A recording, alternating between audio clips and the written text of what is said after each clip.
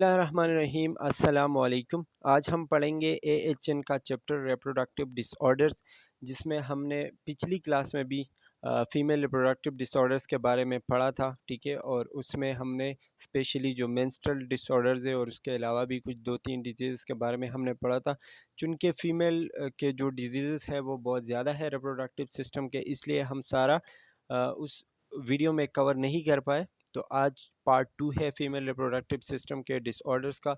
तो इंशाल्लाह हम इसमें कोशिश करेंगे कि कवर हो जाए। फिर नेक्स्ट जो हमारा पार्ट होगा उसमें हम मेल रिप्रोडक्टिव सिस्टम के बारे में पढ़ेंगे। So this chapter is gonna be in 3 parts. तो चलिए स्टार्ट करते हैं। जो हमारे बाकी डिजीज़ेज़ है उसमें सबसे पहला जो अब हम पढ़ेंगे that is benign reproductive system tumours, ठीक है। इस लफ्ज़ से या इस नाम से कुछ ना कुछ आपको समझ आ गया होगा। बिनाइन हम इस्तेमाल करते हैं स्पेशली कैंसर के लिए, जहाँ पे भी कैंसर होता है, लेकिन ऐसा कैंसर जो कि तेज़ी से ना फैल रहा हो, जो कि बहुत स्लो हो, लेकिन है कैंसर है, ठीक है। किसी तरीके का भी है, स्लो है, फास्ट है, जो भी है, लेकिन कैंसर है। और ट्यूमर भी हमें बताता है कि एक एबनॉर्मल मास किसी जगह पे वो जमा हो रहा है, प्रोड्यूस हो रहा है, दैट इज़ कॉल्ड ट्यूमर, ठीक है। तो इसमें जो है कुछ चीज़ें आती हैं जिसमें लायोमास आता है, ठीक है, और पॉलीसिस्टिक ओवरी आती है। तो सबसे पहले हम इसमें यूट्राइन फेब्राइड्स पढ़ेंगे या फिर लायोमा मास कहते हैं, ठीक है। मतलब ये नाम है, ठीक है, कुछ डिजीज़ेस है जिसको हम पढ़ेंगे। तो इसमें सबसे पहले है यूट्राइन फेब्राइड्स। अच्छा जी, जो लायोमायोमास है या यूट्राइन फेब्राइड जिसको हम कहते हैं, ये क्या चीज़ है, कौन सी बीमारी है? आपको नज़र आ रहा होगा, benign smooth muscle tumours in uterus diagnose with hysteroscopy. Hysteroscopy हम कहते हैं जब हम यूट्रस के अंदर कोई भी कैमरा या कोई भी इंस्ट्रूमेंट इंसर्ट करते हैं और वहाँ का माहौल चेक करते हैं कि यहाँ पे क्या मसला है। तो जब हम कोई भी मतलब इंस्ट्रूमेंट इंसर्ट करते हैं कोई भी प्रॉब्लम मालूम करने के लिए, ठीक है, तो उससे हमें एक पता चलता है वहाँ पे अगर मासेस है, कोई भी बिनाइन ट्यूमर है, कोई भी बिनाइन स्मूथ मसल में ट्यूमर प्रोड्यूस हुआ है, ठीक है, तो हमें पता चलता है कि हाँ यहाँ पे ये है यूट्राइन फेब्राइड है। क्योंकि यूट्रस में जो है एबनॉर्मल मास आना शुरू हो जाता है, ट्यूमर्स बन जाते हैं, और जब हम उसका हिस्टेरोस्कोपी करते हैं तो हमें पता चलता है कि हाँ यहाँ पे कुछ ना कुछ है। तो दो चीज़ें आ गई, benign smooth muscle tumour, tumour तो आपको पता है कि मसल जो है वो इंक्रीज़ हो जाते हैं साइज़ में, और हिस्टेरोस्कोपी जो है इसका मतलब ये है कि आप यूट्रस के अंदर कोई भी इंस्ट्रूमेंट डालते हो वहाँ का माहौल चेक करने के लिए कि कोई बीमारी या मसला तो नहीं है, ठीक है। तो ये यूट्राइन फेब्राइड्स ये है, या इसको आप लायोमायोमास भी कहते हैं। इसके कुछ ख़ास साइन सिम्टम्स नहीं है, लेकिन अगर होंगे, ठीक है, अगर कुछ साइन सिम्टम्स है तो वो क्या है कि एब्डोमिनल यूट्राइन ब्लीडिंग, बहुत ज़्यादा ब्लीडिंग होगी थ्रू वेजाइना, बहुत ज़्यादा ब्लीडिंग आएगी, ठीक है। इसके अलावा मेनोरेजिया होगा, मेनोरेजिया मतलब बहुत ज़्यादा ब्लीडिंग होगी, ठीक है। मेनोरेजिया मतलब मेंस्ट्रुअल साइकिल के टाइम बहुत ज़्यादा ब्लीडिंग होती है। या मेट्रोरेजिया होता है, मेट्रोरेजिया क्या कहते हैं, प्रोलॉन्ग्ड मेंसेस, प्रोलॉन्ग्ड मेंसेस मतलब ये कि बहुत ज़्यादा 7 दिन 8 दिन, आमतौर पर मेंसेस 5-6 दिन होता है या 7 दिन होता है, लेकिन मेंसेस का पीरियड ज़्यादा होगा, इसमें 10-12 दिन तक भी चलता है, ठीक है। इसके अलावा पेन होगा, पेल्विक जो एरिया है वहाँ पे प्रेशर बहुत ज़्यादा होगा। तो ये है लायोमायोमास के कुछ साइन एंड सिम्टम्स, ठीक है। इसका फिर अगर आप डायग्नोज करते हो तो डायग्नोज क्या करते हैं कि हम यूट्रस के अंदर वही हिस्टेरोस्कोपी करते हैं, और उसमें हम ये देखते हैं कि कोई मासेस वगैरह तो नहीं है। अगर हमें मासेस नज़र आते हैं यूट्रस में, ठीक है, तो हमें पता चलता है कि हाँ दैट इज़ यूट्राइन फेब्राइड्स या लायोमायोमास, ठीक है। अच्छा जी, मायोक्टमी इसके जो ट्रीटमेंट है या नर्सिंग केयर है, इसमें मायोक्टमी आते हैं। तो मायोक्टमी क्या है कि हम यूट्राइन के अंदर जाते हैं किसी इंस्ट्रूमेंट के थ्रू, और वहाँ पे भी जो भी मासेस वगैरह जो कि एबनॉर्मल बने हुए हैं वहाँ पे, ठीक है, जिसकी वजह से ये यूट्राइन फाइब्राइड्स बनते हैं, तो उसको काट देते हैं, ख़त्म करते हैं। इसको हम क्या कहते हैं, मायोमेक्टोमी कहते हैं या फिर मायोलासिस भी कहते हैं, दूसरा है हिस्टेरोरेक्टमी। हिस्टेरोरेक्टमी वही चीज़ है कि पूरे के पूरे यूट्रस को आप रिमूव कर देते हो। हिस्टेरो का वर्ड जहाँ पे भी आएगा ये आपको शो करेगा यूट्रस, ठीक है। और रेक्टोमी क्या होता है, बिल्कुल जड़ से ख़त्म कर देना, रिमूव कर देना, ठीक है। इसके अलावा आता है क्रायो सर्जरी। तो क्रायो सर्जरी क्या होता है, extremely cold object to freeze and destroy the abnormal tissue, ठीक है। ये आपके स्लाइड में नहीं लिखा हुआ, मैं बस बता रहा हूँ कि क्रायो सर्जरी का मतलब ये होता है कि आप बहुत ज़्यादा इंतहाई ठंडा कोई चीज़, इंतहाई कोल्ड या फ्रीज़ कोई भी चीज़ आप यूट्राइन के अंदर रख देते हो, यूट्रस के अंदर। और उसका काम ये होता है, इसलिए हम रखते हैं कि जो एबनॉर्मल टिश्यूज़ है, जो एबनॉर्मल सेल्स वहाँ पे हैं जिसकी वजह से यूट्राइन फाइब्राइड्स बनते हैं, ठीक है, उन सेल्स को ख़त्म कर सके। तो क्रायो सर्जरी का मतलब ये है। इसके अलावा एक सेब्लेट 2000 सिस्टम, ये एक मशीन है जिसके ज़रिए से वो रिमूव कर देते हैं, ठीक है। ये भी एक तरीका है ट्रीटमेंट का। लेकिन जो मेन इसमें टर्मिनोलॉजीज़ है जैसे मायोमेक्टमी, मायोलासिस, हेस्टीरोरेक्टमी या क्रायोसर्जरी, इसका मतलब क्या है, किस चीज़ में इस्तेमाल होते हैं, क्या क्या होता है, ये आपको पता होना चाहिए। और मैंने आपको क्लियरली बता दिया है, तो आई होप कि आपको समझ आ गया होगा। अच्छा, ये आपको एक सवाल दिया गया है, फिर इसको स्किप करते हैं, आगे चलते हैं। नेक्स्ट हमारे पास है पॉलीसिस्टिक ओवरीज, ठीक है। पॉलीसिस्टिक ओवरीज क्या है, लार्ज अमाउंट ऑफ एस्ट्रोजन या टेस्टोस्टेरॉन इन फीमेल। आपको पता है कि मेल में एक किस्म के हार्मोन्स रिलीज़ होते हैं जिसको हम मेल गिमीट्स कहते हैं या मेल हार्मोन्स कहते हैं, जिसको हम टेस्टोस्टेरॉन कहते हैं। और एक और भी हार्मोन होता है एस्ट्रोजन, लेकिन एस्ट्रोजन मेल में भी रिलीज़ होता है, फीमेल में भी रिलीज़ होता है। मेल में मेल का काम करते हैं, ये थोड़े से मेल कैरेक्टर जो है वो फीमेल में भी होता है, लेकिन मेल में इसलिए थोड़ा ज़्यादा काम करते हैं। और मेल में क्या करते हैं कि थोड़े से मेल वाले जो कैरेक्टर होते हैं ना, वो प्रोड्यूस करते हैं। तो यहाँ पे आपको पॉलीसिस्टिक ओवरीज में ये बताया जा रहा है कि ये तो एंडोक्राइन डिसऑर्डर है। एंडोक्राइन ग्लैंड आपने पढ़ा होगा, ठीक है, उसका डिसऑर्डर है। और ये क्या काम करता है कि इंसुलिन रेजिस्टेंस प्रोड्यूस करता है, मतलब इंसुलिन जो है वो नहीं प्रोड्यूस होंगे सही से। या फिर हाइपर एंड्रोजिनिज्म, इसमें आपका जो एंड्रोजन है, ठीक है, या एस्ट्रोजन है, ठीक है, वो ज़्यादा प्रोड्यूस होगा। और इसके अलावा अल्टर्ड हाइड्रो गुनेडोट्रोपिन फंक्शन, मतलब आपके हार्मोन जो है ना, मैं सिंपली आपको ये बता दूं, पॉलीसिस्टिक ओवरीज में क्या होता है कि आपके जो हार्मोन्स होते हैं, स्पेशली फीमेल में, फीमेल के डिसऑर्डर हम पढ़ रहे हैं तो फीमेल की बात होगी, कि जो हार्मोन्स होते हैं फीमेल के, वो सही से रिलीज़ नहीं होते, जो फीमेल वाले हार्मोन होते हैं। उसके बदले में जो फीमेल के अंदर टेस्टोस्टेरॉन और एस्ट्रोजन है, वो ज़्यादा रिलीज़ हो जाते हैं। मतलब फीमेल हार्मोन है एस्ट्रोजन और प्रोजेस्टेरॉन, तो प्रोजेस्टेरॉन जो है वो ज़्यादातर फीमेल कैरेक्टर्स वाले जो है वो पैदा करते हैं, ठीक है। लेकिन वो प्रोजेस्टेरॉन जो है उसकी तादाद कम हो जाती है और एस्ट्रोजन और टेस्टोस्टेरॉन की तादाद ज़्यादा हो जाती है एन फीमेल। मेल की बात मैं नहीं कर रहा, फीमेल की बात कर रहा हूँ, ठीक है। तो जब उनकी तादाद ज़्यादा हो जाती है, ज़्यादा सिक्रीट होने लग जाते हैं, तो क्या होता है कि मेल में के फीमेल में अब मेल वाले कैरेक्टर्स आना शुरू हो जाते हैं, क्योंकि वहाँ पे फीमेल का हार्मोन नहीं रिलीज़ हो रहा, मेल वाले हार्मोन रिलीज़ हो रहे हैं। तो जब उसमें मेल वाले कैरेक्टर आएंगे तो क्या होगा कि जो एग्स रिलीज़ होते हैं फीमेल के अंदर, जो ओवरीज प्रोड्यूस करते हैं, ठीक है, वो बंद हो जाएंगे, एग्स प्रोड्यूस नहीं होगा। इसके अलावा जो है थोड़े से स्मॉल सिस्ट जो है वो मास लाइक डेवलप हो जाएंगे ओवरीज में, ओवरीज बंद कर देंगे, कोई भी एग रिलीज़ या प्रोड्यूस नहीं होगा, ठीक है। इसके लिए जो हम डायग्नोज करते हैं वो पेल्विक अल्ट्रासाउंड करते हैं, अल्ट्रासाउंड से हमें पता चल जाता है। ये आपको बताया गया है।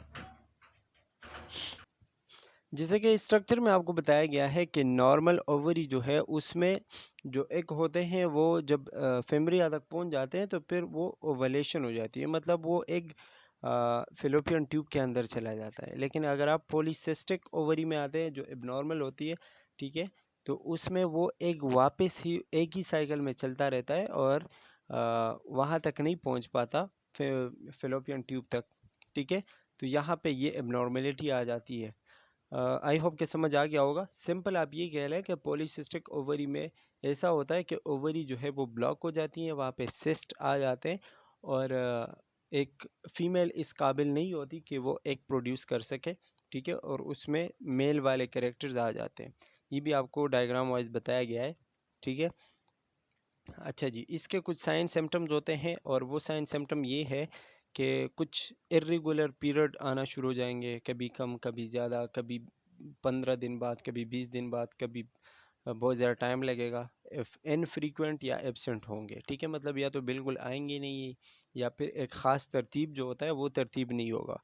इसके अलावा हिर्सुटिज़म, हिर्सुटिज़म क्या होता है कि बॉडी पे, फीमेल के बॉडी पे आमतौर पर बाल बहुत कम होते हैं, ठीक है, लेकिन इस सिचुएशन में बॉडी पे बाल आना शुरू होंगे क्योंकि ऑलरेडी टेस्टोस्टेरॉन रिलीज हो रहा है and testosterone is a male hormone, ठीक है। तो मेल में वो मेल कैरेक्टर्स के लिए रिस्पॉन्सिबल होता है, दाढ़ी और आवाज़ का भारी हो जाना वगैरह वगैरह, ठीक है। तो इसी तरीके से जब ये फीमेल में आएगा तो फीमेल में भी हेयर प्रोड्यूस करेगा, चेस्ट हेयर, और इसी तरह चेहरे पे भी बाल आएंगे, ठीक है। इसके अलावा ओबेसिटी आएगा, ओबेसिटी जो है वो फीमेल में शुरू हो जाएगी, एक्नी, दाने वगैरह, और नो ओवलेशन, ओवलेशन मतलब कि एग्स जो होते हैं वो प्रोड्यूस नहीं होंगे, ठीक है। इसके बाद जो ट्रीटमेंट आप दोगे तो ओरल कंट्रासेप्टिव देते हो, ठीक है, मतलब ओरली आप मेडिसिन वगैरह देते हो। ये आपको सारी मेडिसिन के बारे में बताया गया, एल्डेक्ट्रोन और लुप्रोन और ग्लूकोफेज सब कुछ बताया गया है। तो ये है कुछ ट्रीटमेंट्स जो कि आप एक पॉलीसिस्टिक ओवरी के पेशेंट को दे सकते हो। इसका सर्जिकली भी हम ट्रीटमेंट करते हैं और उसमें हम एक टर्मिनोलॉजी यूज़ करते हैं, दैट इज़ कॉल्ड ऊफोरेक्टमी। ऊफोरेक्टमी क्या होता है कि आप सर्जिकली ओवरीज को रिमूव करते हो। ओवरीज जो है जहाँ से एग्स प्रोड्यूस होते हैं, तो आप सर्जिकली एक ओवरी को या रिमूव करते हो या फिर दोनों को रिमूव कर देते हो, दैट इज़ कॉल्ड ऊफोरेक्टमी, ठीक है। इसके अलावा जो मतलब जो एडिशनल ट्रीटमेंट्स हैं, मतलब इसके अलावा कौन कौन सी चीज़ें हैं जो कि हेल्पफुल साबित होंगी, वो है वेट मैनेजमेंट, कि आप अपना वेट बरकरार रखें, ठीक है, एक्सरसाइज करें, लेपिड प्रोफाइल जो है, लेपिड्स आप कितना लेते हो, फैट्स वगैरह, और ग्लूकोज लेवल जो है वो आप बरकरार रखें, सही रखें। और अगर यहाँ पे आपको बताया गया है पॉलीसिस्टिक ओवरीज में जो है long term complication is infertility. अगर बहुत ज़्यादा टाइम तक पॉलीसिस्टिक ओवरी की बीमारी रही किसी फीमेल में तो वो इनफर्टिलिटी में जा सकती है, मतलब वो कभी भी फिर उसके बच्चे वगैरह प्रोड्यूस नहीं होंगे, पैदा नहीं होंगे, क्योंकि बीमारी ही ऐसी है पॉलीसिस्टिक में, वैसे भी नहीं प्रोड्यूस होते बच्चे, क्योंकि एग्स बंद हो जाते हैं। अब अगर ये लॉन्ग टर्म रही, बहुत ज़्यादा टाइम तक ये बीमारी रही बॉडी में, तो इनफर्टाइल हो जाएगी जो भी फीमेल है, ठीक है। अच्छा जी, इसके बाद है cancers of female reproductive system, ठीक है। फीमेल रिप्रोडक्टिव सिस्टम में जितने भी कैंसर्स होते हैं, किस तरीके से हम उसका इलाज करते हैं, डायग्नोज करते हैं और ट्रीटमेंट करते हैं, ठीक है, ये हम पढ़ेंगे। और ये भी फीमेल रिप्रोडक्टिव डिसऑर्डर का ही हिस्सा है, तो इसको इग्नोर नहीं करना है आपने। डायग्नोस्टिक टेस्टिंग कैसे करते हैं कैंसर का, तो हमें पता है कि किसी जगह पे एबनॉर्मल मास बन गया, बहुत ज़्यादा रैपिड सेल डिवीजन हो रही है, तो वो हमें पता है कि किस वजह से हो रहा है या कैंसर कैसे प्रोड्यूस होता है, वो हम ऑलरेडी कई बार पढ़ चुके हैं। अब हमें पता चला है कि कैंसर है, तो हम उसको डायग्नोस कैसे करेंगे और उसकी ट्रीटमेंट कैसे करेंगे, ठीक है। तो सबसे पहले हम एक टेस्ट करते हैं जिसको हम पेप टेस्ट कहते हैं या पेप स्मेयर कहते हैं। पेप स्मेयर क्या है, पेप स्मेयर टेस्ट भी अक्सर आता है एमसीक्यूज में कि what is pap smear test. तो आपको पता होना चाहिए कि ये हम जो सर्विक्स होता है, जो कि यूट्रस का आखिरी हिस्सा है, जो कि जाके वेजाइना में ओपन होता है, वहाँ से सेल्स लेते हैं, ठीक है, और माइक्रोस्कोप के ज़रिए उसको चेक करते हैं कि वहाँ पे उस सेल्स में कोई बीमारी तो नहीं है, ठीक है। तो पेप स्मेयर में क्या करते हैं कि we took a cell from the cervix, ठीक है, सर्विक्स से एक सेल लेते हैं and then we examine the cell through the microscope, ठीक है। तो हम वो माइक्रोस्कोप से चेक करते हैं और कोई भी बीमारी हो तो हमें उससे पता चलता है कि हाँ इसमें ये मसला है, ठीक है। सर्विक्स का आपको बताया गया है, इस डायग्राम में आपको दिखाया गया है कि कहाँ पे मौजूद होता है, वेजाइना और यूट्रस के का जो ओपनिंग है, ठीक है, उसको हम कहते हैं सर्विक्स। ठीक है। इसके अलावा आपको कोलपोस्कोपी का बताया गया है, तो ये एक मतलब एक तरीका है जिससे वो सर्विक्स ओपन करते हैं, ठीक है। बायोप्सी के लिए जहाँ से सेल लेते हैं वो इस तरीके से ओपन करते हैं, सेल लेते हैं, और इस प्रोसेस को हम क्या कहते हैं, कोलपोस्कोपी, ठीक है। अच्छा जी। इसके अलावा जो है वो है कॉनिजेशन लूप इलेक्ट्रोसर्जरी एक्सट्रूशन प्रोसीजर। इसमें क्या होता है कि जो एक पिन लाइक स्ट्रक्चर होता है या एक कोन लाइक स्ट्रक्चर होता है, जिस एरिया पे ज़ख़म है या जिस जो टिश्यूज़ डैमेज है उसको उस कोन से रिमूव कर देते हैं, ठीक है। बाहर निकाल देते हैं, उस जगह को बिल्कुल साफ़ कर देते हैं, जैसे कि यहाँ पे आपको दिखाया गया है, जहाँ पे वो डिस्प्लेजिया है, जहाँ पे वो चीज़ की शक्ल चेंज हुई है, जहाँ पे वो ट्यूमर बन रहा है या टिश्यू ख़राब हुआ है, ठीक है, उसको रिमूव किया है बिल्कुल, और उसको फिर हटा देते हैं थ्रू दैट कोन, ठीक है। तो उसको क्या कहते हैं, कॉनिजेशन कहते हैं, ठीक है।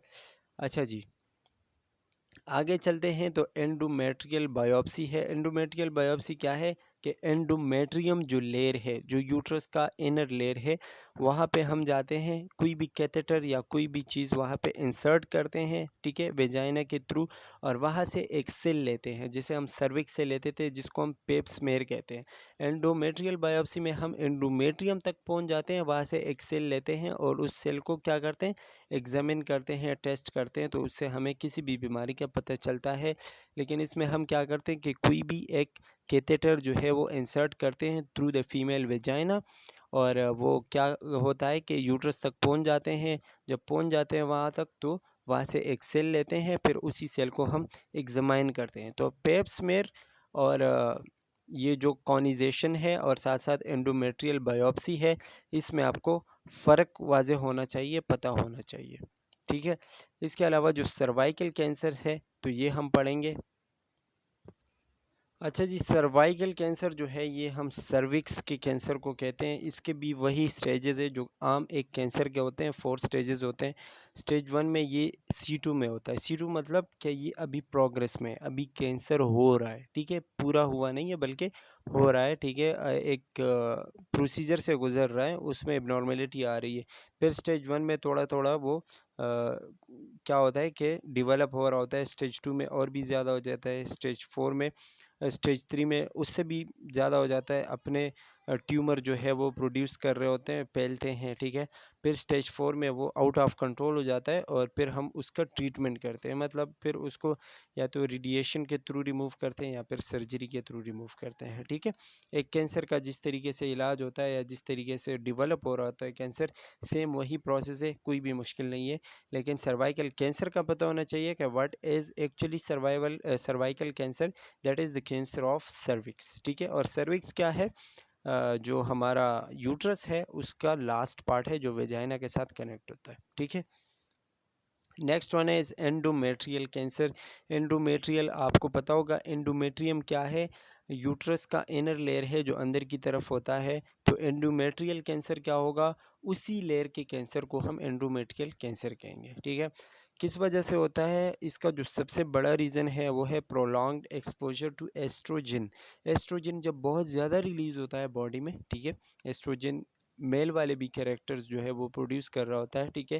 तो जब बहुत ज़्यादा रिलीज़ होता है, अपने हद से जितना रिलीज़ हुआ है, होना है या हो जाना चाहिए, उससे कहीं ज़्यादा रिलीज़ होता है, तो उसकी वजह से आपको एंडोमेट्रियल कैंसर हो सकता है। इसके अलावा और भी बहुत सारे रीज़न्स होते हैं जिनकी वजह से एंडोमेट्रियल कैंसर हो सकता है, जिसमें अगर एक फ़ीमेल है जो 60 के ऊपर है, 60 ईयर्स से उसका एज ज़्यादा हो जाता है, तो उसको भी एंडोमेट्रियल कैंसर के चांसेस ज़्यादा हो सकते हैं। इनफर्टिलिटी अगर किसी फ़ीमेल को है, वो इनफर्टाइल है, उसके बच्चे नहीं होते, तो उसको भी ये एंडोमेट्रियल कैंसर हो सकता है। डायबिटीज़ वाले पेशेंट को भी हो सकता है। फैमिली हिस्ट्री अगर है, तो फैमिली हिस्ट्री में तो फिर होता ही है, या फिर कोई और कैंसर है, ठीक है। इसके अलावा लाइफ़स्टाइल, आपका ज़िंदगी गुजारने का तरीका कैसा है, आप ओबीज़ है, मतलब मोटे हैं बहुत ज़्यादा, या स्मोकिंग करते हैं, अल्कोहल वगैरह, बहुत सारी चीज़ें हैं जिनसे एंडोमेट्रियल कैंसर हो सकता है, ठीक है। अच्छा जी, इसके ट्रीटमेंट में आप क्या करोगे, वही सेम ट्रीटमेंट बार बार, कि क्या करते हैं कि डायग्नोज में हम क्या करते हैं, एंडोमेट्रियल बायोप्सी करते हैं, जो मैंने आपको पहले बता दिया, इससे पहले एंडोमेट्रियल बायोप्सी। ठीक है। ट्रीटमेंट पे आप अगर आते हैं तो सर्जिकली हम इसको कैसे हेस्टोरेक्टोमी करते हैं। हेस्टोरेक्टोमी मतलब ये कि जो यूट्रस है उसको फुली रिमूव कर देते हैं। ठीक है। बेस्ट चॉइस ये है, मतलब अगर सर्जिकली आप कर देते हो, क्या कहते हैं, ट्रीटमेंट करते हो, ठीक है, तो आप उसको हेस्टोरेक्टोमी करोगे, बिल्कुल सर्जिकली अपने यूट्रस को मतलब ख़त्म करोगे। ठीक है। और केमिकली कीमोथेरेपी भी आप कर सकते हो, मतलब ड्रग्स वगैरह ले सकते हो। और इसके अलावा रेडिएशन में आता है आपका ब्रेकी थेरेपी मतलब ये कि हमारा जो ब्रेकियल जो पल्स होता है, ठीक है, वहाँ पे आपके कुछ इंसर्ट करते हैं और आपके बॉडी में चला जाता है। आपको ब्रेकी थेरेपी क्या आपको बताया गया है कि internal radiation implantation which delivers a high dose of radiation to a localised area.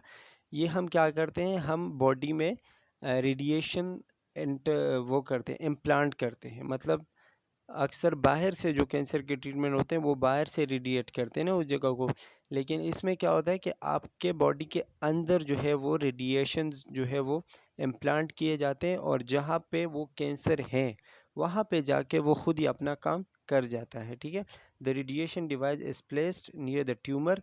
Radiation device जो है जहाँ से वो रेडिएशन ट्रांसफ़र करते हैं वो कहाँ पे पाया जाता है, जहाँ पे आपके कैंसर है। मतलब एंडोमेट्रियम लेयर जो है वहाँ पे कैंसर है, तो ज़ाहिरी बात है ये लेयर वेजाइना में, या जो ये मशीन है या ये जो डिवाइस है ये वेजाइना में जो है वो प्लेस किया जाएगा, वहाँ पे ये पुट किया जाएगा। ठीक है। नीडल्स कैथेटर वगैरह से ये पुट किया जाता है। Radio isotopes are located into the device after correct placement. इसमें फिर क्या करते हैं, जब हम इसको सही जगह पे प्लेस करते हैं तो फिर इसकी जो रेडियोथेरेपी है, जो आइसोटोप्स है जिसके ज़रिए से ये रेडिएशंस प्रोड्यूस करते हैं, यहाँ पे थोड़ी केमिस्ट्री और फिज़िक्स आ जाता है। ठीक है।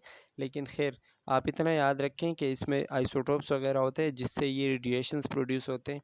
तो जहाँ पे इसको हम प्लेस करते हैं, तो ये हम प्लेस करते हैं नियर द ट्यूमर के करीब प्लेस करते हैं। ठीक है। तो वो जाके वहाँ पे अपना काम शुरू करता है। ठीक है। अच्छा जी, इसके अलावा आपको ये चीज़ें बताई गई है, post operation interventions for pain hysterectomy. मतलब अगर हेस्टोरेक्टमी आप किसी मरीज़ का करते हो, जिसको हम कहते हैं क्या कहते हैं, रिमूवल ऑफ द यूट्रस। ठीक है। अगर आप किसी मरीज़ का यूट्रस रिमूव करते हो तो पोस्ट ऑपरेशन आप उसको क्या क्या चीज़ें दोगे, किन किन चीज़ों का ख्याल रखोगे ऑपरेशन या सर्जरी के बाद। ठीक है। उसमें आप देखोगे एनाल्जेसिया, मतलब वो नशे के चीज़ें आप देखोगे कि ज़्यादा तो नहीं ले रहा, या फिर उसको जितना चाहिए वो। ठीक है। इसके अलावा देखते हो आप एम्बुलेशन का मतलब होता है कि आप उसको गाइडेंस दोगे। ठीक है। उसको कितने नॉलेज की ज़रूरत है अपने बीमारी के बारे में।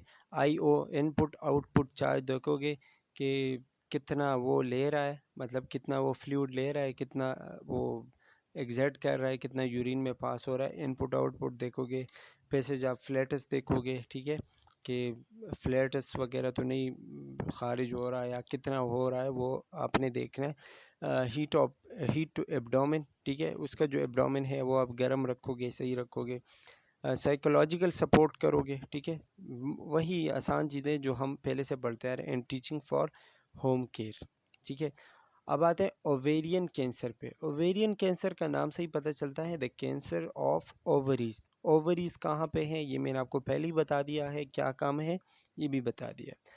ओवेरियन कैंसर का जो मेन रिस्क है वो है फैमिली हिस्ट्री। मतलब फैमिली में अगर पहले से किसी को ये कैंसर था, ठीक है, तो आपको भी होगा, या एक फीमेल है तो उसको भी होने के चांसेस बहुत ज़्यादा होते हैं।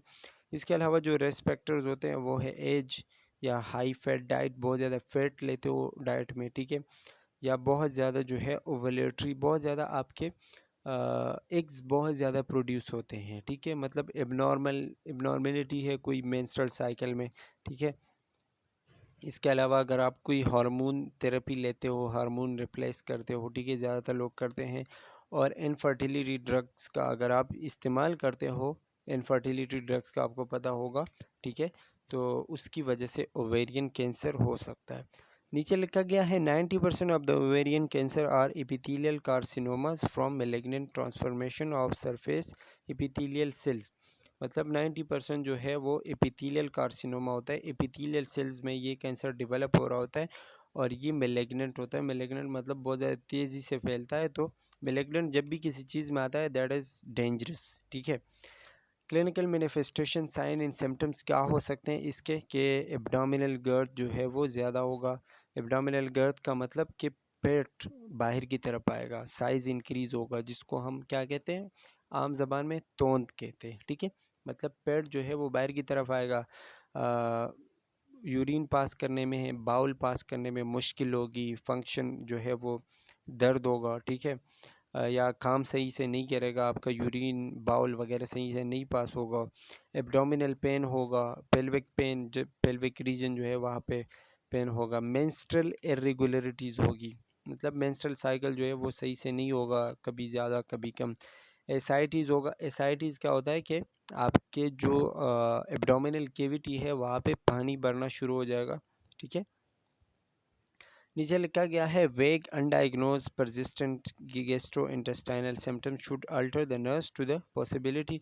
अगर ऐसे कुछ साइन सिम्टम है जो कि डायग्नोज नहीं हुए या फिर बहुत ज़्यादा बार बार आ रहे हैं, ठीक है, गैस्ट्रोइंटेस्टाइनल सिम्टम जो भी हो सकते हैं, तो वो भी आपको इस चीज़ की ओवेरियन मेलिग्नेंसी के बारे में मतलब इशारा दे सकते हैं कि हाँ, इस बंदे को ये भी बीमारी हो सकती है। तो उसके लिए भी आपने डायग्नोज टेस्ट वगैरह करवाने हैं, ठीक है। डायग्नोज क्या करते हैं ओवेरियन कैंसर में, कि हम देखते हैं screening for high risk women should include CA-125। CA-125 जो है ये एक प्रोटीन है जो कि कैंसर की वजह से प्रोड्यूस होता है, ठीक है। और ये हम कह सकते हैं कि एक एंटीजन है। एंटीजन मतलब बाहर से आई हुई चीज़ें जो कि हमें क्या शो कराता है, कैंसर। अगर बॉडी में ये CA-125 वाला प्रोटीन पाया गया तो कैंसर पॉजिटिव है, ठीक है। अल्ट्रासाउंड करवाते हैं या फिर ईयरली पेल्विक एग्जामिनेशन करवाते हैं। CA-125 is positive in 80% of women with ovarian cancer. आपको इससे अंदाज़ा हो चुका होगा कि जिस भी फीमेल को ओवेरियन कैंसर होता है तो उसमें CA-125 वाला जो एंटीजन है या प्रोटीन है वो 80% पाया जाता है। मतलब 80% कैंसर वाले खातून में ये प्रोटीन पाया जाता है। तो मतलब अगर ये आ गया पॉजिटिव तो इसका मतलब है कि ओवेरियन कैंसर है, ठीक है। ये आपको एक लिंक दिया हुआ है, मैं आपको डाल दूंगा डिस्क्रिप्शन में, तो आप जो है वो देख सकते हैं। ट्रीटमेंट और सर्जरी में क्या है कि आप सर्जिकली जो है उसको रिमूव करोगे, जो भी सिस्ट है, जो भी ट्यूमर है, ठीक है, या फिर आप कीमोथेरेपी भी करवा सकते हो। Treatment options for all cancers. जितने भी कैंसर होते हैं जो कि फीमेल रिप्रोडक्टिव सिस्टम से रिलेटेड है, ठीक है, तो उसके लिए जो मतलब जितने भी ट्रीटमेंट्स होंगे वो तकरीबन सेम होंगे। तो वो होगा ओफोरेक्टोमी। सबसे पहले ओफोरेक्टोमी मतलब रिमूवल ऑफ ओवरीज, ओवरीज को रिमूव करना है, या फिर पेन हेस्टोरेक्टोमी है। हेस्टोरेक्टोमी मतलब आप यूट्रस को रिमूव करोगे, पेल्विक एक्सनरेशन करोगे, ठीक है, पेल्विक एरिया को चेक करोगे, देखोगे कोई मसला है तो उस मसले को ख़त्म करोगे। कीमोथेरेपी मतलब मेडिसिन के थ्रू आप करवा सकते हो ट्रीटमेंट, ठीक है। और रेडिएशन एक्सटर्नली आप रेडिएशन करोगे, मतलब थ्रू रेडिएशन उस जगह को आप जो भी ट्यूमर है उसको ख़त्म करोगे। अगर एक्सटर्नली नहीं हो रहा तो फिर आप थ्रू ब्रेकी थेरेपी करोगे। ब्रेकी थेरेपी मैंने आपको पहले ही बता दिया है, ठीक है। इसके एक डिवाइस पुट करते हैं और उससे रेडिएशन जो है वो प्रोड्यूस होते हैं और उस सिस्ट या जो भी मसला है उसको ख़त्म करते हैं। अच्छा जी, प्रॉब्लम्स विद पेल्विक सपोर्ट। अब आगे जो चीज़ें पढ़ते हैं ये मेन डिसऑर्डर है जो कि ज़्यादातर होते हैं फीमेल्स के साथ। इसमें क्या होता है कि पेल्विक रीजन जो है, पेल्विक रीजन अगर आपको नहीं पता तो बिल्कुल सेंटर एरिया हमारे बॉडी का जो है, स्पेशली फीमेल का, जहाँ पे यूट्रस पाया जाता है, जहाँ पे ब्लैडर पाया जाता है, जहाँ पे रेक्टम होता है, जहाँ पे सेक्सुअल ऑर्गन्स होते हैं, उस पूरे एरिया को हम कहते हैं पेल्विक रीजन, ठीक है। तो कुछ ऐसी चीज़ें होती हैं, कुछ प्रॉब्लम्स होते हैं पेल्विक रीजन में, तो वो मैं आपको बता देता हूँ। सबसे पहले उसमें जो प्रॉब्लम है that is called uterine prolapse. Prolapse का मतलब होता है नीचे की तरफ आना, कोई भी चीज़ गिरना, ठीक है। तो यूट्राइन प्रोलेप्स का मतलब होता है कि जब भी आपका यूट्रस अपनी जगह से नीचे की तरफ आए। अब यूट्रस के नीचे क्या आता है? वेजाइना आता है। तो बात क्लियरली जहन में आ जाती है कि यूट्राइन प्रोलेप्स का मतलब होगा कि जब यूट्रस वेजाइना तक आ जाए, ठीक है, वेजाइना तक नीचे आ जाए। आमतौर पर ये वेजाइना के ऊपर होता है, लेकिन जब इसमें कोई भी मसला आता है, कोई भी एबनॉर्मेलिटी आती है, तो इसका जो लोकेशन है वो छोड़ के ये नीचे वेजाइना की तरफ आता है। स्टेज 1, स्टेज 2 और स्टेज 3 इसके होते हैं। तो स्टेज 1 में ये थोड़ा सा मतलब हाफ आ जाता है, आधा अपनी जगह पे होता है और आधा वेजाइना में आ जाता है। स्टेज 2 में ये होता है कि ये वेजाइना के ओपनिंग तक पहुंच जाता है जो यूट्रस होता है, ठीक है। और स्टेज 3 में क्या होता है कि ये बिल्कुल आउट ऑफ वेजाइना आ जाता है, बिल्कुल बाहर आ जाता है, ठीक है। तो 3 स्टेजेस है इसके।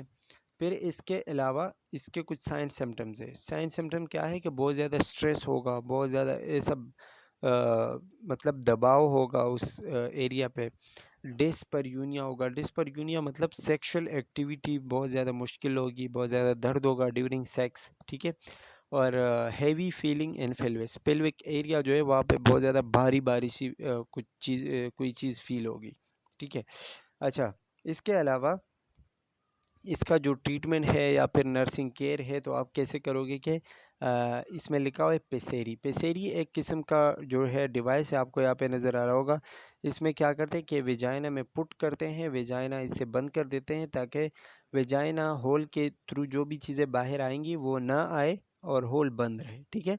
और दूसरा है हेस्टेरोरेक्टोमी। हेस्टेरोरेक्टोमी का मतलब कि यूट्रस को रिमूव कर दिया, ख़त्म कर दिया थ्रू सर्जरी।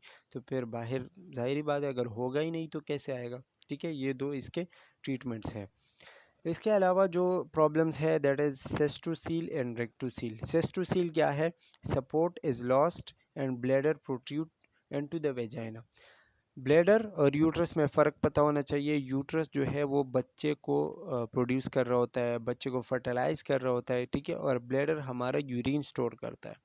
तो फीमेल में क्या होता है कि जब ब्लैडर का सपोर्ट ख़त्म हो जाए, उसके मसल्स वीक हो जाए और ब्लैडर वेजाइना के थ्रू बाहर आने लग जाए, ठीक है, उसको हम क्या कहते हैं? सेस्टोसील, ठीक है।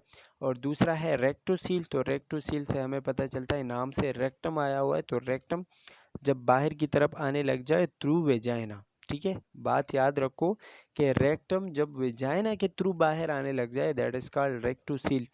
अब वेजाइना के थ्रू कैसे आएगा? क्योंकि वेजाइना और रेक्टम जो है एक दूसरे के बहुत करीब है, ठीक है।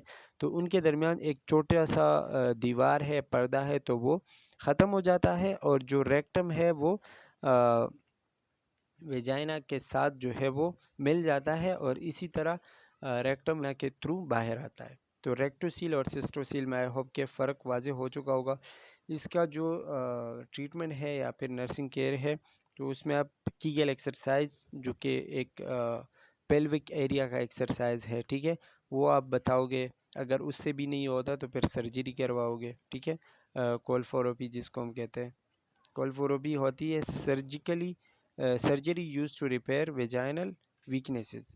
कोलफोरोपी क्या होता है कि ये एक ऐसी सर्जरी है जिसमें वेजाइनल वीकनेसेस जो है, क्योंकि अगर सिस्टोसील या रेक्टोसील होता है तो वेजाइनल कमज़ोर है या फिर उसके जो मसल्स है वो कमज़ोर हो चुके हैं, इसलिए चीज़ें बाहर आ रही है, ठीक है, सपोर्ट नहीं मिल रहा उसको। तो जब आप उस वीकनेसेस को ट्रीट करोगे, उसको सही करोगे तो सही हो जाएगा। फिर पोस्ट ऑपरेशन या पोस्ट सर्जरी ऑपरेशन के बाद आप किन किन चीज़ों का ख्याल रखोगे किसी पेशेंट का?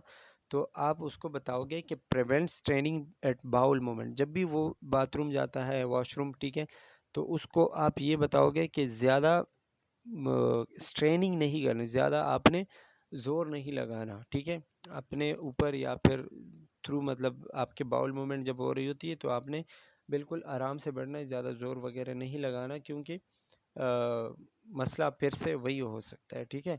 और ऐसा डाइट आपने देना है कि बिल्कुल लो डाइट हो, ज़्यादा उसको बाउल मोमेंट या फीसेस पास करने की ज़रूरत ना पड़े। इसके अलावा restriction of heavy lifting and prolong standing. Walking और सिटिंग। आपने बताना है कि ज़्यादा भारी चीज़ें आपने नहीं उठानी, या ज़्यादा देर तक खड़े नहीं रहना, या ज़्यादा देर बैठना नहीं है, ठीक है। तो ये चीज़ें आपने बतानी, या ज़्यादा वॉक नहीं करना, बहुत ज़्यादा घूमना फिरना भी नहीं है।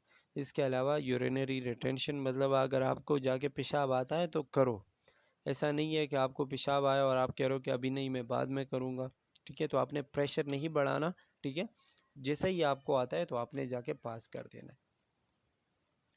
नेक्स्ट प्रॉब्लम जो है हमारे पास, that is called infertility.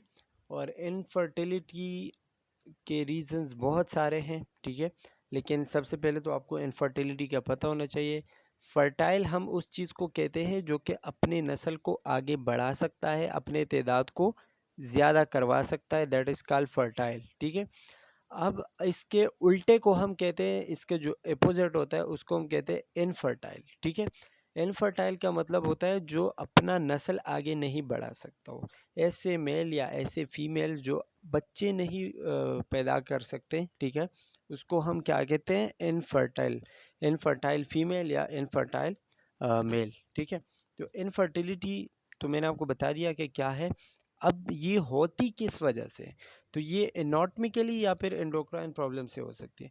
Anatomically मतलब ये कि ये हम खैर मेल रिप्रोडक्टिव डिसऑर्डर्स में भी पढ़ेंगे। एनाटॉमिकली ये इस वजह से हो सकती है कि मेल का जो सेक्सुअल ऑर्गन है, ठीक है, उसमें कोई मसला है, वो एरेक्ट नहीं हो रहा, या फिर ऐसा है कि स्पर्म इजैकुलेशन नहीं हो रही, ठीक है। बहुत सारे मसले हो सकते हैं जिसकी वजह से मेल इनफर्टाइल रहता है। और इसी तरह एंडोक्राइन, और यही मसले फीमेल में भी हो सकते हैं। वेजाइना में कोई मसला हो सकता है, वेजाइनल जो है ब्लॉक है, या फिर यूट्रस ब्लॉक है, यूट्रस में मसला है, ठीक है।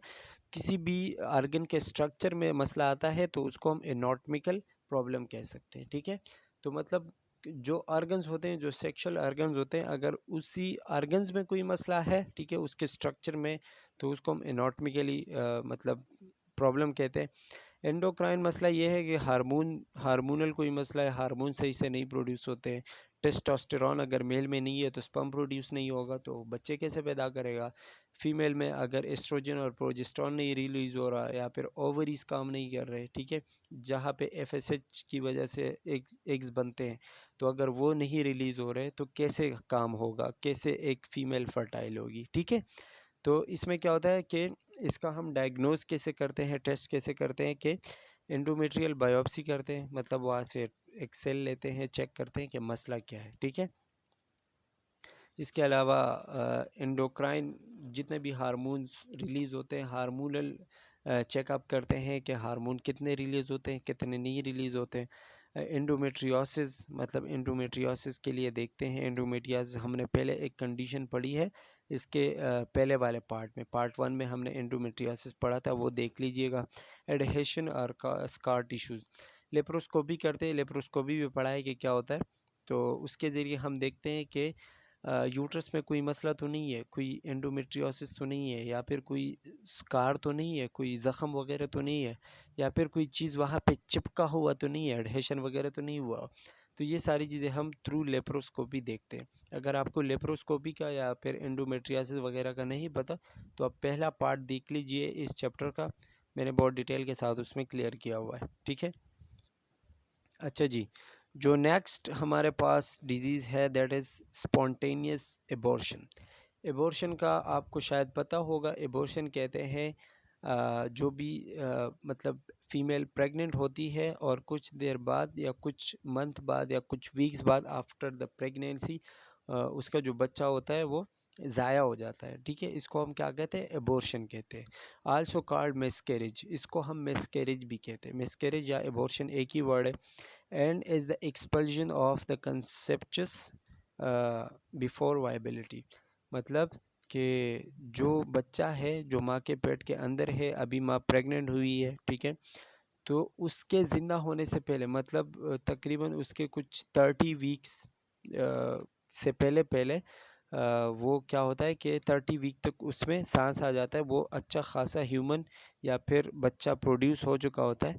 तो 30 वीक से पहले पहले उस वो ज़ाया हो जाता है, वो ख़त्म हो जाता है, ठीक है, उसको हम क्या कहते हैं, एबॉर्शन कहते हैं। वायबिलिटी का वर्ड यहाँ पे आया, वायबिलिटी का मतलब ये होता है कि ज़िंदा होना, उसके बिल्कुल ऑर्गन्स काम शुरू करने से पहले, बिल्कुल ज़िंदा होने से पहले वो ख़त्म हो जाता है, किसी न किसी तरीके से मतलब मर जाता है, ठीक है।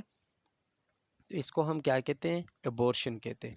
अब कुछ ऐसी चीज़ें होती हैं कि लोग ख़ुद भी एबॉर्शन करवाते हैं, ठीक है, मतलब कोई फ़ीमेल है उसको बच्चा नहीं चाहिए तो वो ख़त्म कर देते हैं, या फिर ऐसे होते हैं कि मतलब बॉडी ख़ुद से भी मसले होते हैं, जैसे कि डिसऑर्डर है, कोई कोई बीमारी है, ठीक है, तो उसकी वजह से भी बच्चे ज़ाया होते रहते हैं बार बार। अगर कोई फ़ीमेल है और वो बच्चा पैदा करने की कोशिश करती है, लेकिन उसके बॉडी में कोई ऐसा मसला है कि बार बार उसके बच्चे ज़ाया होते हैं, तो उसको हम कहते हैं स्पॉन्टेनियस एबॉर्शन, या फिर हम मिसकैरेज भी कह सकते हैं। इसके और भी बहुत सारे रीज़न्स हो सकते हैं, जैसे कि अगर फ़ीमेल कहीं से जो है वो गिर गई ड्यूरिंग प्रेगनेंसी, ठीक है, या फिर एक्सीडेंट हो गया, या कोई ज़ोर का कोई चीज़ लगा उसको पेट पे, ठीक है, तो बच्चा ज़ाया हो सकता है, दैट इज़ स्पॉन्टेनियस एबॉर्शन या फिर मिसकैरेज।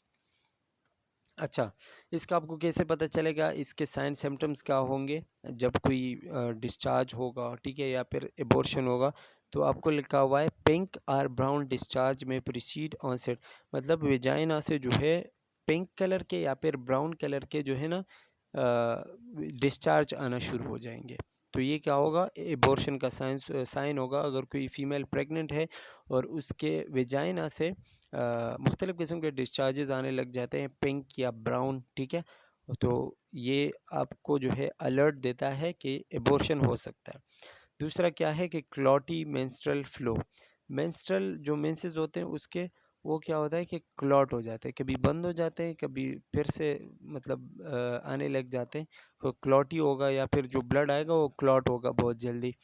पल्स रेट जो है वो इंक्रीज़ होगा, पल्स रेट का आपको पता होगा, और ब्लड प्रेशर जो है वो लो होगा, मतलब लो रहता है।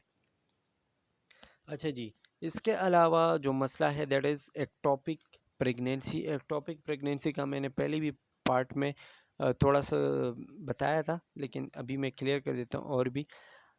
एक्टोपिक प्रेगनेंसी क्या है, when the fertilised ovum implants and grow somewhere other than the uterine cavity. हमने पहले पढ़ा था कि फर्टिलाइजेशन हो जाती है फिलोपियन ट्यूब में, फिर वही एग आके कहाँ पे इम्प्लांट होता है, मतलब बच्चा कहाँ पे डेवलप हो रहा होता है, यूट्रस में। अब जब ऐसा होता है कि एबनॉर्मली बच्चा यूट्रस के बजाय कहीं और ग्रो होने लग जाए, अपनी जगह छोड़ के कहीं और ग्रो होने लग जाए, that is called ectopic pregnancy. For example हम खाना खाते हैं तो खाना हमारे मैदे में हज़म होने लग जाता है। अब अगर मैदे को छोड़ के खाना जाके लीवर में हज़म होना शुरू हो जाए, या फिर हमारे ब्लैडर में आके हज़म होना शुरू हो जाए, ठीक है, तो इस ऐसे सिचुएशन होता है, मतलब अपनी जगह छोड़ के किसी दूसरी जगह पे वो अपना काम शुरू कर देता है, और वहाँ पे ज़ाहिरी बात है माहौल नहीं होगा, उसके लिए चीज़ें अवेलेबल नहीं होंगी, तो वहाँ पे वो काम नहीं होगा, लेकिन एबनॉर्मली वो काम अपनी जगह छोड़ के दूसरी जगह चला जाएगा, ठीक है। तो इसको हम कहते हैं एक्टोपिक प्रेगनेंसी, और ये आमतौर पर कहाँ होता है, आमतौर पर यूट्रस में होता है ना। तो जब ये एबनॉर्मल होगा तो ज़्यादातर ऐसा होता है कि फेलोपियन ट्यूब में ये प्रेगनेंसी वाले जो मतलब एक्टोपिक प्रेगनेंसी है ये हो जाती है फेलोपियन ट्यूब में। आपको स्ट्रक्चर में भी दिखाया गया है कि किस तरीके से का होता है, तो ये आप देख सकते हैं। अच्छा जी, एक्टोपिक प्रेगनेंसी के जो है एटोलॉजी क्या है, क्या कौन कौन से साइन सिम्टम्स हो सकते हैं या कॉजेज़ हो सकते हैं। स्कारिंग और inflammation of the fallopian tubes as result of infection और कंजेनिटल माल फॉर्मेशन। इसमें क्या होता है कि इन्फ्लेमेशन हुआ वगैरह है या कोई इन्फेक्शन है, तो वो बच्चे के अंदर कोई भी एबनॉर्मेलिटी या माल फॉर्मेशन मतलब बच्चे के अंदर कोई भी एबनॉर्मेलिटी पैदा करवा सकते हैं। साइन एंड सिम्टम्स क्या है कि एब्डोमिनल पेन होगा, सख्ती होगी, टेंडरनेस होगा, ठीक है, F life threatening severe abdominal pain, अगर बहुत ज़्यादा ख़तरनाक है, लाइफ थ्रेटनिंग है, तो सीवियर बहुत ज़्यादा एब्डोमिनल पेन होगा जो बर्दाश्त से बाहर होगा। ट्रीटमेंट में आप क्या करते हो कि लेप्रोटमी करते हो। लेप्रोटमी का मैंने बता दिया है कि थ्रू कैमरा हम देखते हैं कि क्या होता है, ठीक है, फिर उस चीज़ को रिमूव कर देते हैं। Transfusion of blood, the event of severe intra abdominal bleeding और हाइपोवोलेमिक शॉक। इसमें क्या होता है कि हम बार बार ब्लड ट्रांसफ्यूज़ करते हैं क्योंकि वहाँ पे बहुत ज़्यादा ब्लीडिंग होती है थ्रू वेजाइना, ठीक है, या फिर हाइपोवोलेमिक शॉक। हाइपोवोलेमिक मतलब कि बॉडी में किसी भी फ्लूइड का वॉल्यूम कम हो जाना, ठीक है, उसको हम क्या कहते हैं, हाइपोवोलेमिक। तो फिर जिस भी फ्लूइड का वॉल्यूम कम हो उसको हम पूरा करने की कोशिश करेंगे। और ट्रीटमेंट इसके अलावा ये है कि वो जो बच्चा है वो तो वैसे भी प्रोड्यूस नहीं होगा क्योंकि वहाँ पे इतना स्पेस नहीं है, तो उसको हम लेप्रोटमी के थ्रू रिमूव करते हैं, ठीक है। इसके अलावा जो नेक्स्ट डिजीज़ है वो है हाइडाटिडिफॉर्म मोल। हाइडाटिडिफॉर्म मोल क्या है, आल्सो कॉल्ड मोलर प्रेगनेंसी। इसको हम मोलर प्रेगनेंसी भी कहते हैं। ये है क्या चीज़, इज़ अ रेयर मास और growth that form inside the uterus at the beginning of a pregnancy. जब प्रेगनेंसी हो रही होती है तो उसके अलावा भी, प्रेगनेंसी के अलावा भी यूट्रस में कुछ एबनॉर्मल मास शुरू होने लग जाते हैं, ग्रो होने लग जाते हैं, ठीक है। It is a type of gestational trophoblastic disease, जिसको हम जीडीटी कहते हैं। गेस्टेशनल ट्रोफोब्लास्टिक डिजीज़ क्या है, इसको हम कह सकते हैं a rare disease in which abnormal trophoblast cell grow inside the uterus. मतलब इसमें ये होता है कि एक रेयर किस्म की डिजीज़ है, ठीक है, और उसमें ट्रोफोब्लास्टिक सेल जो है वो यूट्रस के अंदर ग्रो होने लग जाते हैं और यूट्रस का ज़्यादा से ज़्यादा स्पेस वो घेर लेते हैं। तो इसी तरीके से जो प्रेगनेंसी होती है वो सही से नहीं हो पाती और जो बच्चा होता है उसमें बहुत ज़्यादा एबनॉर्मेलिटीज़ प्रोड्यूस होने लग जाते हैं, ठीक है। इसमें आपको बताया गया है कि हाइडाटिफॉर्म मोल और molar pregnancy result from over production of the tissue.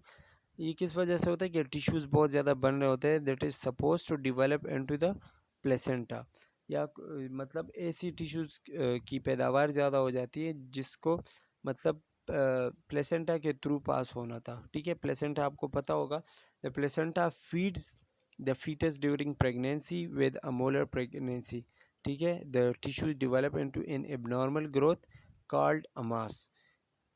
Placenta आपको पता होगा, जब बच्चे के थ्रू बच्चे के साथ माँ का एक कनेक्शन होता है जिसमें माँ से खुराक आता है, बच्चे को ट्रांसफ़र होता है, ठीक है, और बच्चा यूट्रस के अंदर मतलब उसके लिए एक खाना होता है, ठीक है, इसको हम प्लेसेंटा कहते हैं।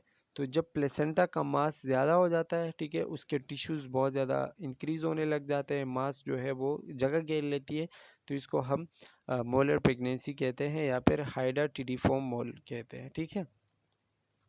इसके भी दो टाइप्स होते हैं, इसको हम एक को हम कहते हैं पार्शियल मोलर प्रेगनेंसी। इसमें क्या होता है, abnormal placenta and some foetal development. इसमें ये होता है कि प्लेसेंटा जो है वो एबनॉर्मल होता है और कुछ न कुछ बच्चा भी प्रोड्यूस हो रहा होता है, मतलब बच्चा डेवलप कर रहा होता है। कंप्लीट मोलर प्रेगनेंसी में क्या होता है कि प्लेसेंटा जो है वो नॉर्मल तो होता है, एबनॉर्मल सॉरी, लेकिन बच्चा बिल्कुल भी नहीं होता, सिर्फ प्लेसेंटा वहाँ पे पाया जाता है, बच्चा नहीं पाया जाता, ठीक है।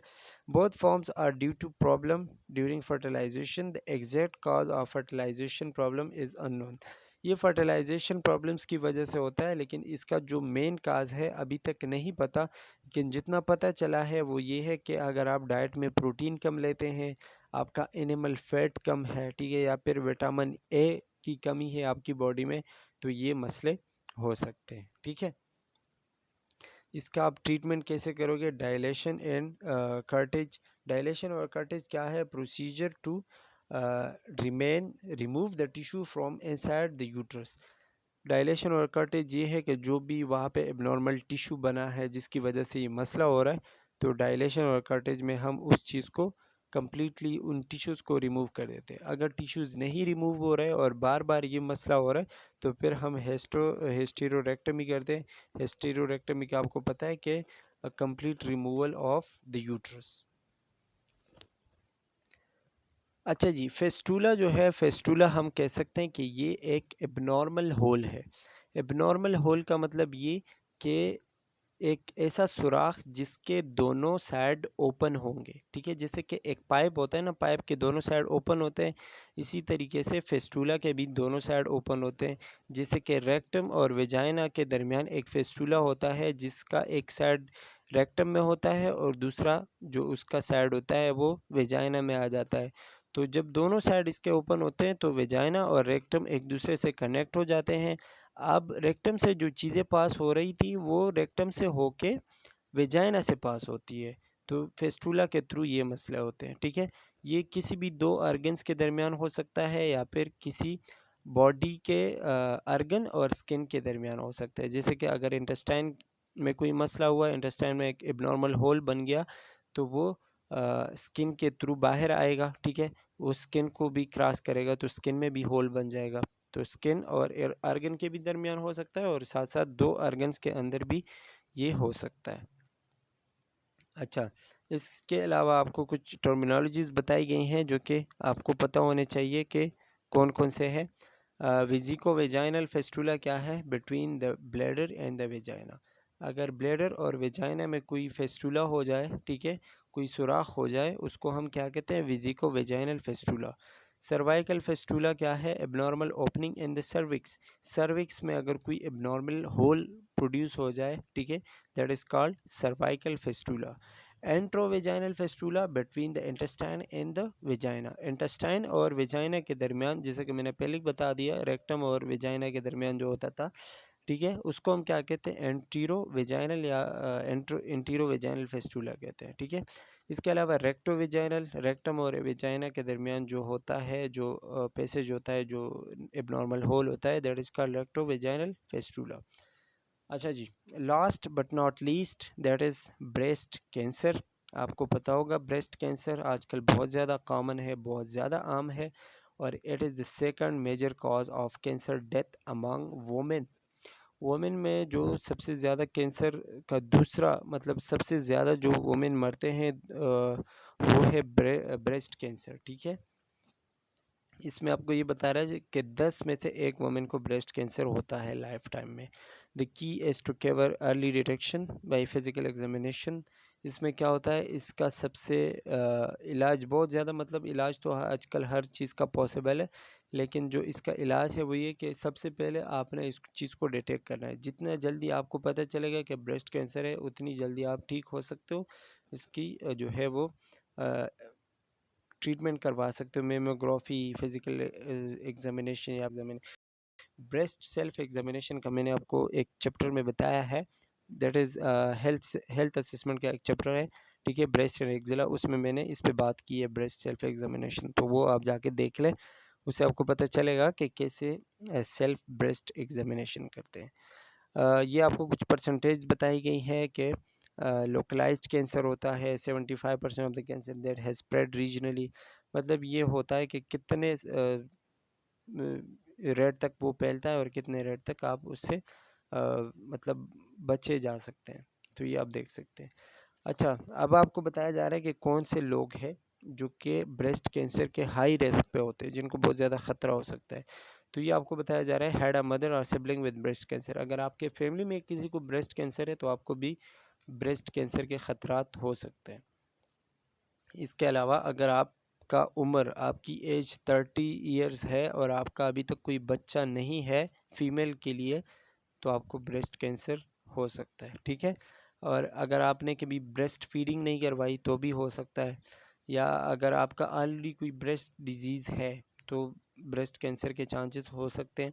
इसके अलावा स्टार्टेड मेंस्ट्रुएटिंग बिफोर एज 10। 10 साल से पहले की उम्र में अगर आपके मेंस्ट्रुअल फ्लो जो है वो आने लग जाते हैं, मतलब 10 साल की एक बच्ची अभी हुई नहीं और उसके मेंस्ट्रुअल साइकिल शुरू हो गए, पीरियड शुरू हो गए, तो उसको ब्रेस्ट कैंसर के चांसेस हो सकते हैं। या फिर कोई फीमेल है जो कि ओबीस है, ठीक है, बहुत ज़्यादा मोटी है, तो उसको हो सकती है। या फिर आप ऐसा करते हैं कि हाई फैट डाइट लेते हैं, ऐसे खाने खाते हैं जिसमें फैट्स बहुत ज़्यादा हो, ठीक है, या अल्कोहल बहुत ज़्यादा पीते हैं, स्मोकिंग करते हैं, या फिर आप जो है लेट मेनोपेज में है। ऐसा होता है कि मेनोपॉज़ हमने पढ़ा था कि जब मेंस्ट्रुअल साइकिल बंद हो जाए, लेकिन नॉर्मली ये अबव 40 तक जगह फ़ीमेल पहुंच जाती है तो इसके मेनोपॉज जो है वो स्टार्ट होने लग जाते हैं। लेकिन अगर एज ज़्यादा हो जाए फिर भी मेनोपॉज नहीं स्टार्ट हुआ तो ब्रेस्ट कैंसर के चांसेस उसमें भी ज़्यादा होते हैं। And that is all about all the female reproductive disorders. सारे फीमेल रिप्रोडक्टिव डिसऑर्डर्स जितने भी थे हमने पढ़ लिए। एंड आई होप कि आपको अच्छे से अच्छा क्लियर हो चुका होगा। इसके बावजूद भी अगर कोई प्रॉब्लम है तो बिल्कुल आप बिला झिझक पूछ सकते हैं कमेंट्स में, ठीक है। I will try to reply. And that's all for today. इंशाल्लाह मिलते हैं नेक्स्ट वीडियो में, तब तक के लिए अल्लाह हाफिज़।